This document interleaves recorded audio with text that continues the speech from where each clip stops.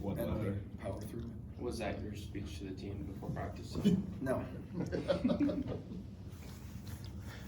I guess I'll just ask about some of the stuff going on for this game against Baylor, the honoring of the 01, 2000s teams. What's special about those teams in your mind? Well, those guys, they did so much for our program. The successes they had were tremendous. I mean, to win the league back-to-back years, to have the run in the postseason, the consistency at Hilton Coliseum, to have 2 years without losing a game, so impressive. And it's not just a great player or players, it takes an army of people to do that. It's coaches, managers, players, top to bottom. So awesome that we're able to have those guys back, to be able to honor them and show them the respect that they deserve for everything that they've done for our program and putting us in the position that we're in now. So cool to have those guys part of this experience. And then about Baylor, what have you seen from the Bears so far on tape? Yeah, I mean, they're, again, every year, consistency, they have a really good team. They continue to have a culture in a way that they do things that's impressive. Offensively, they've got terrific guard play across the board and even into the bench. Wright coming off the bench is playing tremendous.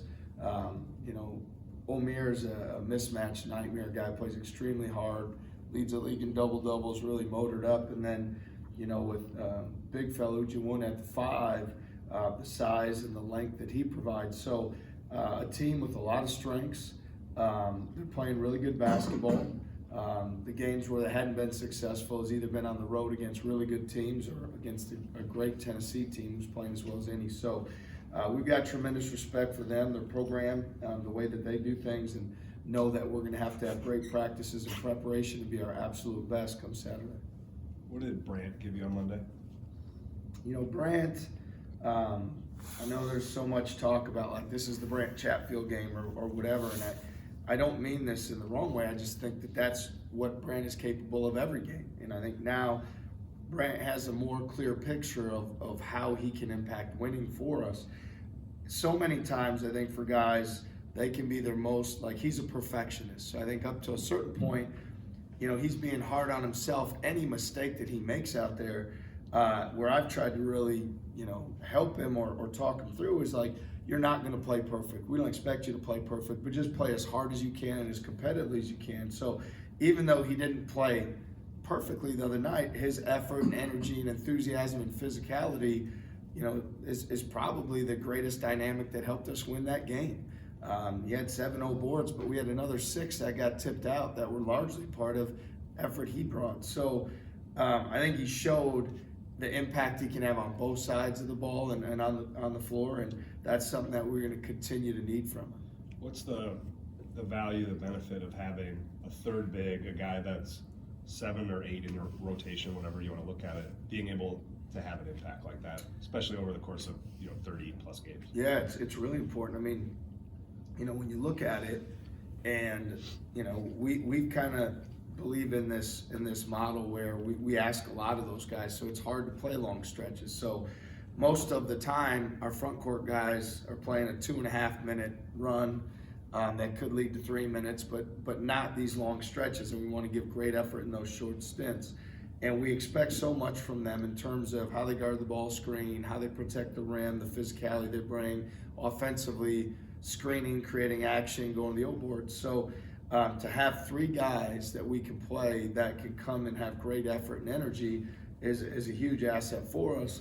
And I think you see what happened the other night even is that Brant was so impactful in that first half, and I think Deshaun is, watching that saying, I can have that same impact. And now we come out the second half, and Deshaun takes over the game right away on the glass and finishing in the paint. So I always feel like it's like the iron sharpens iron. When you have more guys that have the ability to do it, it makes the others play better as well. And that was the case the other night.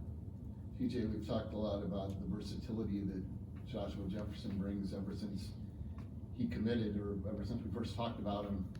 But did you ever envision him matching a guard steals record? No, I mean, I think for Joshua, defensively, he's extremely intelligent. he finishes a lot of possessions. At times, you're watching it and it doesn't look like, you're not quite sure. Is he flying around as much? But he absolutely is reading plays, being instinctive, in the right spot. He had so many great defensive plays the other night. Obviously, the 8 steals stand out, but he was extremely effective on the defensive glass and also in terms of, helping us get stops. So for him to get, to tie a record or to break a conference record or whatever it ends up being, it's a testament to his versatility defensively, the motor that he has, and his ability to impact plays. And so we just need him to continue climbing. Like, I think for all of our guys, it's continue to get better, continue to keep taking positive steps. And I think that was a big positive step for him and our team on Monday. Is his strength almost under, I don't want to say appreciated, but not noticed as much given as skilled as he is? We've seen him lead fast breaks, go behind the back, and all that stuff, because it seems like strength is a big part of what's leading those steals and helping him defend so well down low. Yeah, and I think both parts, right? Like, I think there's the instinct and the intelligence piece, the skill level that goes along with that, and then there's the time or the power, having the ability, whether it's driving through contact, finishing a play where you've got to get off of a screen or move a body or get to a rebound. So I think the combination of skill and power is something that I think for all teams, that 4 position, some people play a power center at the 4, some play a guard, they slide over. What everybody really would like is to have size, length, skill, and power. And with Joshua, we're really fortunate to have a guy who can do all those things really well. Have you had any discussions with Kurt about this new NCAA JUCO rule that we've seen kind of happen a little bit on the football side and still maybe in legal battles and stuff? Really brief. I'd say, Kurt is playing his 4th year of Division I eligibility. I would anticipate that, there'll be lawsuits, there'll be things filed and all that, and we'll continue to be mindful of it because certainly we'd love to have him back, and it's important that he knows what his options are, what the possibilities are. At the same time, we're just keeping the focus on what he can do every day to be the best player he can for us. And my guess would be at some point in the next month or so, that'll work itself out one way or another. So talking about something that's out of our control really doesn't bring a lot of benefit. The one thing I do know that will benefit Kurt is that he continues to play great and focus on having a great practice every day. Similar question about Kurt. He's averaging about 16 points for you guys off the bench, making close to 38.5% of his 3-point attempts on the year. What's the value of having that kind of production off of the bench? And I guess how do you have someone that successful off of the bench contributing for you guys? Well, the first part, our team, year after year, we tried to move our offense forward, and to do that, people, it's skill, it's depth, it's togetherness. There's all these things that go into it.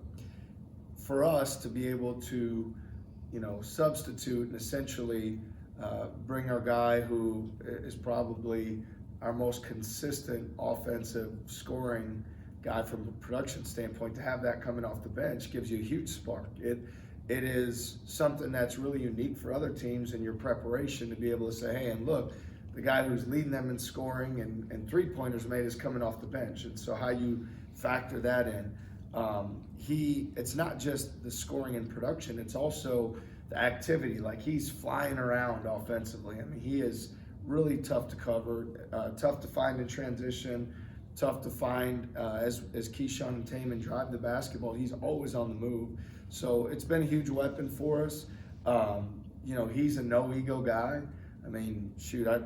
I'd say this, and it doesn't add anything to it, but there couldn't be somebody that's a better candidate for National 6th Man of the Year. He's our 6th starter, and he brings so much value in everything that he does. So if there's such a thing as starting a campaign for a guy that deserves that type of recognition, he's certainly separated himself, from what I understand, from anybody based on what he continues to do night in and night out. It's great to see. And I guess another similar question about Curtis. You started him in the opening game of the year, and he hasn't started since. I don't know if that's a coincidence or a specific choice, but how has his preparation off of the bench in his time with your program been impressive to you?